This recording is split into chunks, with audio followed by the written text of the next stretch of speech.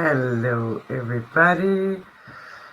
I have a new podcast going on, and this is the second one of the kind. And this is actually just a little Statues update. The first interview I made was with Jane Evershed, who is an artist, art teacher, and art history debunker. And if you didn't already see the interview, I hope that you will. And it gets deeper and deeper, that conversation. It starts a little quiet and then it gets deeper and deeper. So please go back and watch that if you didn't do it yet. Tomorrow, I am gonna interview Claire Thomas. She is a war photographer, and when she's not in war, she is traveling the world in to magic places. And she's a how do I describe her? She's a wild woman. She can ride horses, motorbikes, um, camels, and a lot of them with the hit on the hit. She's kind of a crazy girl, and I'm really looking forward for this interview. Also, I have asked her to ask her mother that just visited her in Egypt where she lives, some questions. How is it to be a mother to a daughter that is um, putting herself in so high risk so often, for example? And what did she do? Did she do as a parent something to make her so strong that she is taking this really heavy job? And well, yeah. So I got a few questions for her mom as well. I know Claire for 13 years, and it's the first time I'm going to see her since I met her 13 years ago for one very special, unique day. Um, and so I'm really looking forward to talk to her tomorrow and really to try to find out where does she have these big balls from, because oh my god, she's born without balls, but what we actually normally say is big balls is what she got. Like that's what she got. So yeah, look I'm gonna look very much forward to that interview tomorrow and to share it with you when it's ready. And then the reason I'm gonna make this update as well is because that I have promised. Let me just say I'm not gonna promise nobody anything because I'm not gonna put any stress on myself. So there's no promises, but I really would like to. Uh, I should have let me say, I was supposed to interview Alice from Milano while she was in Peru the last 3 weeks. But unfortunately, what happened in her time in Peru this time is quite heartbreaking and is not just, I didn't expect this time. I had expected kind of good news, but it all turned into something really heavy that can make us all think more than twice and maybe change the way we think forever. And so this conversation is going to be so hard and so deep, and I don't know how I'm going to just put you into it without preparing you for it. Now I guess a lot of the people who is watching this already know about trafficking in the world, but to actually be a witness to it and to be able to deal with circumstances while you are witnessing it, and who you become when you are inside of it and have to help and is not trained for it, the reactions of the people responsible not taking any responsibility at all, like politicians, like platforms that is sending volunteers out to places that should be run by the army or better police force that is already there. What I can say is that we have been working. Our story goes back 6 years when we were working for an NGO in Zona La Esperanza in Trujillo in Peru, which is one of maybe the most criminal and poor part of Peru. Peru is not like among the 30 poorest countries in the world.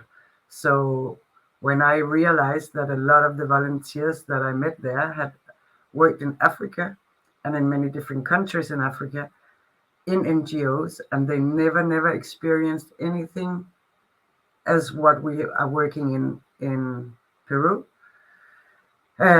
shocked me, because of course I thought it would be worse than in one of the countries that is not among the 30 poorest countries in the world. But this is what we are experiencing in this area is politically forced trafficking. And if I will, when I interview Alice, read up just what you can Google about the area or ask ChatGPT. This is one of the worst areas of trafficking and of both drugs and children and women. And so yeah, our story goes 6 years back. It's about two boys that we had to get away from the father who wanted to kill them. It's about how you can change your perspective of everything, or is forced to change it, when maybe love is, if you cannot give better. Like I actually came to the point that this father wanted to kill his sons because that would be better for them than to live the life that he could offer them. Luckily, Alice that I'm going to interview exists on this planet, and she's one of the strongest women I ever met. And she's young, she already been through too much, and she keeps just going. And if it was not for Alice, I would feel like very rude, very not trustable, very bitch, because these boys were promised that there was good people in this on this planet 6 years ago. And because I have children myself, I haven't been able to travel to Peru, and but Alice have been there quite a few times. This time it was a few years ago that she's been there, and they have been in the same orphanage with 12 other boys for the last 6 years, and we have actually been very happy with this place. We were told around a year ago that if we wanted the oldest boy in school, we needed to find an assistant full-time, because he is touching the other children, also his younger brother. And this is another thing that can change a lot of things inside people, I think, because like we meet these boys when they were 6 and 10 years old, and today they are 12 and 15, and 6 and it's about something like that. And we love them so much, like kind of they are our own children, and we have promised ourselves and them to always stay around, and that we are there with them. Suddenly, the oldest one have become 15. He's in the criminal age. He can be prosecuted. And the youngest one, he have been having very big trouble speaking in the last many years. He's going to a little school with special needed children, in a small class with 4 or 5 children, and it's going really good for him compared to the circumstances taken. You have to take the circumstances to put into that. So yeah, he's actually doing very good. The biggest one, he is not doing well at all.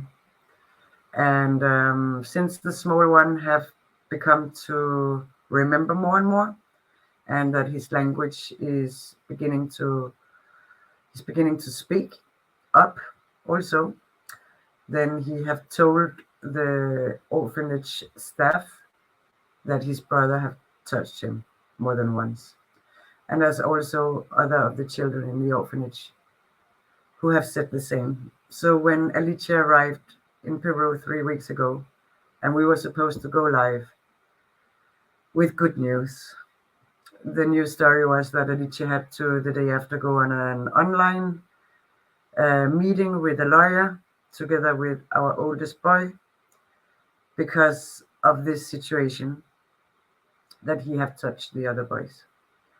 And the decision of the lawyer has been very harming so far. So the oldest of our boys is now in a building right next to the orphanage. He can in the day enter the program, some of the programs that is done in the day together with the other ones, or else he's kind of left with the Bible. And I have no idea how they can come to the conclusion that the young one has to be moved. He's already been moved. That was the last thing Alicia did before she left just 2 days ago from Peru. She had to take our small boy and move him to a new orphanage with 30, 40 children. The orphanage that he just come from have 12 children. I know most of those boys, and they have become family. So I don't understand this situation as well. So this interview with Alicia coming up when she just arrived home yesterday. She's been sick. She lost her luggage. She needs to sleep. When she's ready, we will have this interview. And I don't know how we are going to do it without, we have problems with showing pictures. We don't want to give our boys out so yeah, you have to wait a little while with that, but I want to prepare you for a story of hardcore stories, and it's not going to be for children, but it needs to get out. It needs to get out. Also that the NGOs, things about the NGOs, and Workaway, the platform Workaway, from where we were sent to this NGO to work. They have been contacted by more than me and a lot of volunteers have been contacting them saying you cannot send young people to work for this NGO because something really strange is happening. And even if the trafficking was not happening, then it's 90 children with special needs, from Down syndrome to all kinds of symptoms. They don't go to school. They don't get food. They don't. So to leave young European students working with these children is not right. We can give hugs. They can give a lot of hugs. They can feel very important because the children love any hug and attention they can get. So of course they're good for something, but the rest of the work should either be work that the army is doing or a police force is doing. This is the most dangerous area in Peru. Actually, me and Alicia also went to what they say is the second. I think this area, Zona La Esperanza, is worse than the one in Lima. We also went to the one in Lima and we also filmed there, but I don't see it as bad as this one in Trujillo. The one in Lima is visible from the beach in Lima. You can sit on the beach and then you can actually see this place like a gray zone out on the back of the sea. And at least they got bricks houses up there, like in Zona La Esperanza and Trujillo. They are living in tents, houses made of wood sticks and black plastic bags. And I don't know if I want to prepare you more for this interview than this. I just want to say to you that we have experienced and witnessed things that have taken us too long to talk about public. It's really about time to expose this area so it can get help and focus because we are actually all of us who have been there working as volunteers are traumatized. And a lot of the people, young people, they would prefer to look at it like a movie they have watched and put it in the back of their heads and never think about it again. And I know that for sure because the three people that I traveled with from Denmark to there was students in a free schooling teaching system in Denmark, which means that we were actually very educated in um, problem solving, in talking to each other, communication skills. They never talked about it. They don't want to talk about it. It's too heavy. And that's why I really praise Alicia, this young girl, that she had so much force to make such a big change. And it is really seriously one person at a time that can make huge changes out in the world. So that's why I want to also interview Alicia to and also Claire to show you some girls that really is doing huge differences in this world and is kind of putting their life to risk every time they do this for humanity. And yeah, so and then I want to say Ole Damego from Light. What is his channel called? Light on Conspiracies. I have arranged with him also interview because I'm making interviews in Danish and English. So first I had arranged a Danish interview with Ole Damego, but then I think it's very important for the Americans and English speaking people what he's got to say. So we're going to make an English interview as well. And this is going to be about the first and the second Trump assassination. What do you call that? That they tried to kill him, yeah, or whatever happened. And the second thing we're going to talk about is the Baltimore Bridge. Yeah, what actually happened there? When I see that video, it's like, okay, the ship can go in two directions. It can go into the bridge or it could go into open sea. And it choose to go into the bridge. It's very strange because there's a stream of water underneath that just carried the boat that way. Okay, let's just say that it was like that. So yes, Ole Damego, I am gonna interview for that, and I am waiting still for a date to interview Sasha, and we're Sasha Stone, and we're gonna talk about authenticity. And then I have a few Danish interviews coming up. If you're a Danish person watching here, I don't know if YouTube can translate Danish into English when it's not live. I would try to figure that out, and if not, maybe I would call those people back and ask them to do also interview in English. I have a friend that it was his birthday here last Saturday, and we were a lot of people surprising him on Sunday. Had a really magic Sunday, and he taught me to fight with a sword. Christopher is his name, and he's a history teller. It's like he's just like born to tell stories, and I think it's a very important time to free our minds, to free the fantasy, imagination, and the interview I'm gonna make. We have to make it in English as well because he's just such a special soul that yeah, I think he can help free a lot of minds, be in the moment. He's so much in the moment that whatever he say, I believe in it because it's like it sounds so true, but he's just making it up, and it's very funny to be a part of, and I can't wait for that interview. There's a lot of interviews coming up. I'm looking very much forward to all of them. I'm gonna have Jane Evershed back.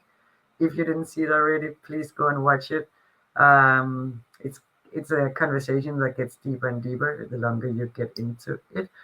And I realized after the 3 days after the interview that every time I talked to some people that we were talking about something that me and Jane had talked about inside that interview. So we have talked about so many different things that it's just amazing what we got through in 1.5 hours, and still we didn't have time to get into the real interesting thing that Jane Evershed has researched, which is the history of art. That so clearly, after watching what she is going to show us, has nothing to do with what we were taught in school at all. So, yes, Jane is going to be back later on. Also, I am uh, gonna listen first the audiobook of Shinesone, The Quantum Being. And when I have finished that, I am gonna call her in for interview as well. So yeah, that was just a little update about what's coming up in the near future. So tomorrow's Jane Evershed. No, sorry, tomorrow it's Claire Thomas, war photography, I call it wild world photography. She was recently in Mongolia, and she's like riding horses with these that hunts with their eagles. Is it eagles? And she's a National Geographic award-winning photographer. So yeah, just look forward to that interview. It's not going to be uploaded tomorrow, I think, but very soon. And maybe I forgot something and somebody, but if I did, I will just return. Until then, see you everybody. And please remember to put a little like, and please remember to share it to uh, the ones you love if you think it can be interesting for them. And become a member of my channel if you're not already. And hit that little bell button if you want to be noticed when I make new updates on new podcasts. And is there anything else I forgot to say? Just bless you all and love you so much, everyone. This channel can go everywhere, and I really thought from the beginning it was going to be a lot of fun, which it is, but it's also going to be serious stuff, like you could hear here. It's going to be serious. I hope that we are getting to a point where we could see it all in an objective way. I have been very uh, intensely into a lot of the cases with the children. Also in Peru with these two boys, and it's been very painful, and it's been ripping me apart and my heart apart. And nobody can stay in that pain forever. So somehow you get to a point where it gets objective, like I see it from outside, and to heal, to heal, I also need to balance it out with art and fun and history, and yeah. So I am making sure that I am trying to balance all the negative interviews with the positive and funny interviews. So bless you all out there, sending you many blessings, and see you very soon.